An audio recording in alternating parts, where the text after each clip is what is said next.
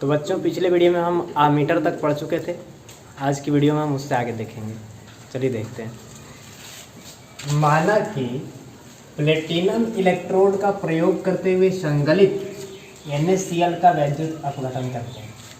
Platinum लेंगे, electrode जो है यहाँ वो प्लेटिनम वाला लेंगे, ठीक है।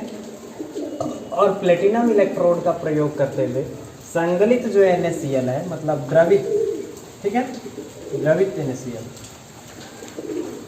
इसका हम मतलब ये पिघलाया हुआ है गर्म करके थोड़ा, जैसे इस पर हीट किए और उसके बाद जो मिला तो आयनों में थोड़ा थोड़ा टूट गया, इसी को संगलित NaCl कहते हैं।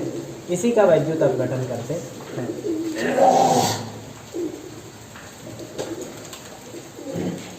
अब देखिए, ये बैटरी है, ये कुंजी है की, ये आमीटर है, यहाँ से तार जोड़े हैं और इस प्रकार से इसमें भरा हुआ मोल्टेन NaCl इस बर्तन में।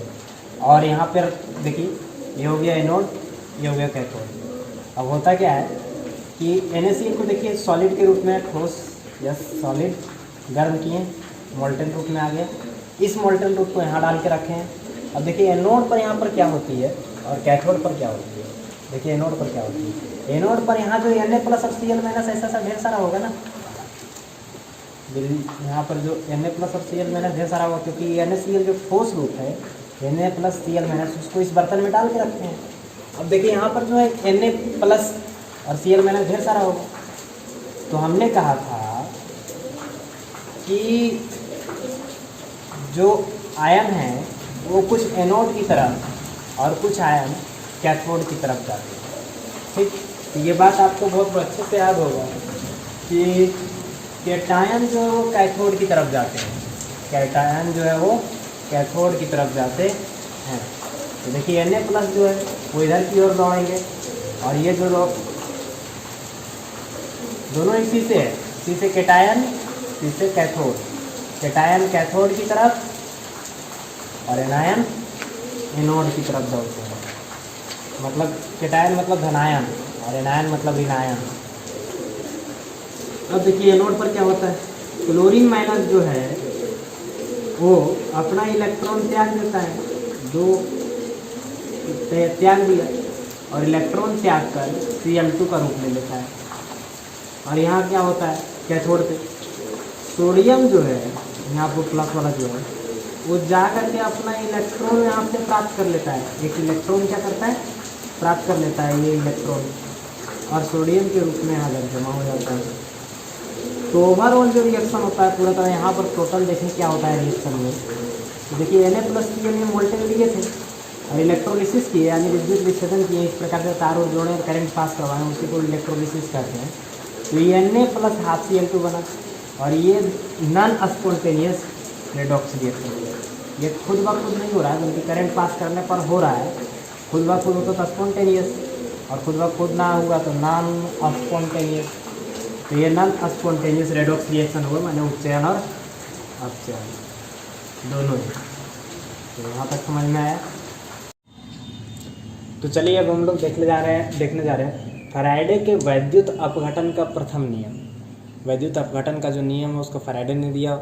दो नियम है, एक पहला नियम, दूसरा नियम। तो ये हम लोग पहला नियम देखने जा रहे हैं, प्रथम नियम। वैद्युत अपघटन के दौरान, जो वैद्युत अपघटन हो रहा था, अभी हम फिगर में देख रहे थे थोड़ी देर पहले, तो वैद्युत अपघटन के दौरान, वैद्युत अपघटन के समय एक इलेक्ट्रोड पर, एक इलेक्ट्रोड जो था, किसी भी एक इलेक्ट्रोड पर की बात कर रहे हैं, दोनों पर की बात नहीं कर रहे हैं, एक इलेक्ट्रोड पर निक्षेपित होने वाले, मतलब जमा होने वाले एक तत्व का द्रव्यमान, किसी एक तत्व का जो वजन होगा, द्रव्यमान होगा, वो वैद्युत अपघटनी सेल से गुजरने वाले विद्युतीय आवेश के परिमाण के समानुपाती होता है।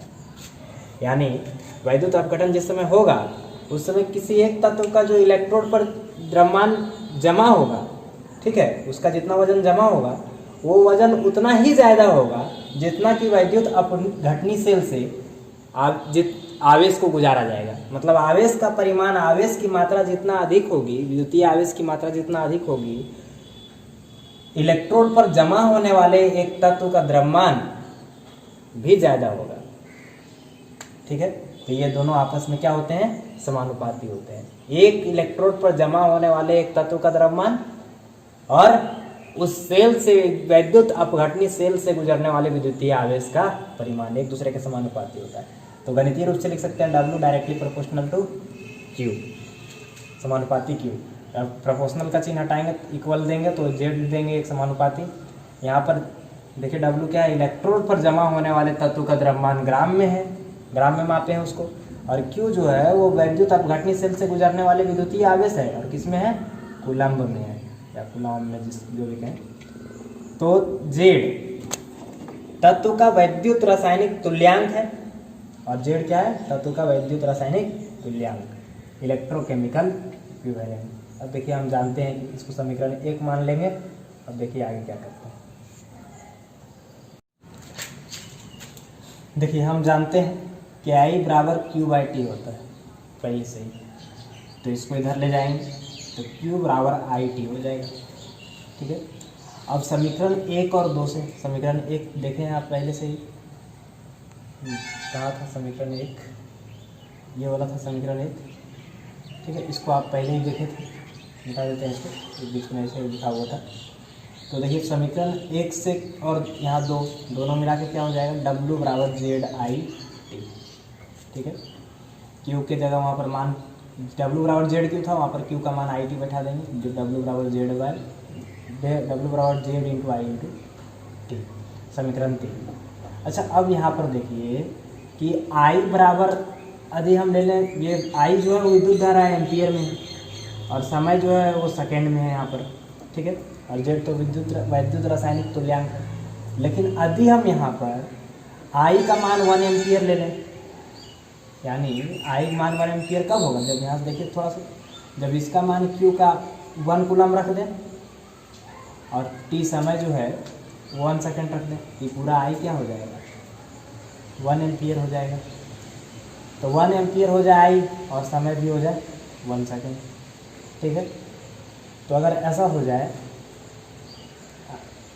यानी ये ऐसा हो जाता है, तो W बराबर क्या आ जाएगा, सिर्फ Z बच जाएगा, W बराबर Z हो जाएगा। तो देखिए यही हम परिभाषित करते हैं Z को ही, Z क्या था, वैद्युत रासायनिक तुल्यांक, इसको हम परिभाषित कर रहे हैं। एक वैद्युत अपघटनी सेल से 1 कूलम आवेश, कितना था, 1 कूलम आवेश, और कितना सेकंड तक, 1 सेकंड तक प्रवाहित करने पर, लेकिन किससे, वैद्युत अपघटनी सेल से। वैद्युत अपघटनी सेल से 1 कूलम आवेश को कितना देर तक, 1 सेकंड तक प्रवाहित करने पर, कहाँ पर, एक इलेक्ट्रोड पर, कहाँ पर, एक इलेक्ट्रोड पर, और क्या होने वाले, निक्षेपित होने वाले, जमा होने वाले, और क्या चीज, तत्व का द्रव्यमान, या एक तत्व का द्रव्यमान, एक तत्व का द्रव्यमान उस तत्व का वैद्युत रासायनिक तुल्यांक कहलाता है। जितना जमा होगा वही किसके बराबर आ गया था, वो वजन, ये जो वजन है किसके बराबर आ गया था, वैद्युत रासायनिक तुल्यांक के बराबर आ गया था। एक बार फिर से देख लीजिए, एक वैद्युत अपघटनी सेल से 1 कूलम आवेश को 1 सेकंड तक बढ़ाने पर, एक इलेक्ट्रोड पर जमा होने वाले एक तत्व का द्रव्यमान, उस तत्व के द्रव्यमान के रासायनिक तुल्यांक वैद्युत रासायनिक तुल्यांक कहलाता है। फैराडे के वैद्युत अपघटन के द्वितीय नियम, देखिए उसका दूसरा नियम, अगर 2 या 2 से अधिक वैद्युत अपघटनी सेल, अगर 2 या 2 से अधिक वैद्युत अपघटनी सेलों से विद्युत आवेश की जो है वो समान मात्रा को बढ़ाया जाए, 2 या 2 से अधिक वैद्युत अपघटनी सेल होना चाहिए, जैसे कि है यहाँ 2 ठो है, 2 या 2 से अधिक होना चाहिए, और उससे विद्युत आवेश की समान मात्रा, मतलब बराबर करंट, बराबर आवेश प्रवाहित किया जाए, दोनों से बराबर है, जितना इससे पास कराएं उतना उससे भी। तो उनके इलेक्ट्रोडों पर, तो उसके जो इलेक्ट्रोड हैं ये वो इलेक्ट्रोडों पर निक्षेपित होने वाले, मतलब जमा होने वाले जो तत्व का वजन होगा, तत्व का द्रव्यमान होगा, उनके वैद्युत रासायनिक तुल्यांक के सीधा समानुपाती होता है। उनका जो तत्व का वैद्युत रासायनिक तुल्यांक होगा, क्या, वैद्युत रासायनिक तुल्यांक, तो उसके सीधा समानुपाती होता है। देखिए इधर ये ऐसा है, फिगर समझ में आ रहा है, तार जोड़ दिए इस प्रकार से। अब देखिए इसमें कैथोड पर यहाँ जो निक्षेपित होगा जिंक, ये कैथोड पर जिंक, और यहाँ पर जो निक्षेपित होगा कैथोड पर निक्षेपित होने वाले कॉपर का द्रव्यमान, ये दोनों को भाग देंगे तो जिंक के वैद्युत रासायनिक तुल्यांक बटा कॉपर का वैद्युत रासायनिक तुल्यांक ऐसा होगा। अब देखिए इसका इसको दिखा रहे हैं डब्ल्यू वेट वजन को, W Z N W C O, E विद्युत रासायनिक तुल्यांक इक्विवेलेंट वेट जो है, ठीक है, सॉरी इक्विवेलेंट वेट नहीं, क्या कहते हैं उसको, विद्युत रासायनिक तुल्यांक इलेक्ट्रोकेमिकल इक्विवेलेंट, वो E Z N by E C U. अभी क्या हो गया, सामान्य रूप में लिखेंगे इसी को। अगर ऐसा जगह पर दूसरा चीज़ भी रहता, जिंक और कॉपर की जगह हम यहाँ कुछ दूसरा लिए रहते, तो मान लो ये पहला तत्व है, ये दूसरा तत्व है, तो डब्ल्यू बाई ई पहला है डब्ल्यू बाई ई वन, और इधर sorry W one by W two, क्योंकि पहला तत्व का मात्रा है, ये दूसरा तत्व का वजन है, तो W one by W two. और ये देखिए पहला तत्व का इलेक्ट्रोकेमिकल इक्विवेलेंट तो ई वन, और दूसरा है तो ई टू। अब देखिए सामान्य रूप में क्या हो गया ये ऐसा। अब इसको देखिए इधर उधर कीजिएगा, क्या होगा, W one by E one बराबर W two by E two. और ऐसा होता है तो हम जानते हैं इसको क्या लिखते थे, तत्व एक की ग्राम इक्विवेलेंट की संख्या, इसे ग्राम इक्विवेलेंट की संख्या निकालते हैं, तो तत्व एक की ग्राम इक्विवेलेंट की संख्या बराबर तत्व दो की ग्राम इक्विवेलेंट की संख्या। यहाँ ये पता चला, तो इसको लिख सकते हैं कि यदि समान मात्रा में विद्युत धारा प्रवाहित कराई जाती है तो तत्वों की ग्राम इक्विवेलेंट की समान संख्या निक्षेपित होती है इलेक्ट्रोड पर। उसी बात को लिख रहे हैं कि विभिन्न तत्वों की ग्राम तुल्यांकी की समान संख्या इलेक्ट्रोडों पर निक्षेपित होती है यदि समान मात्रा में विद्युत आवेश प्रवाहित की जाती है।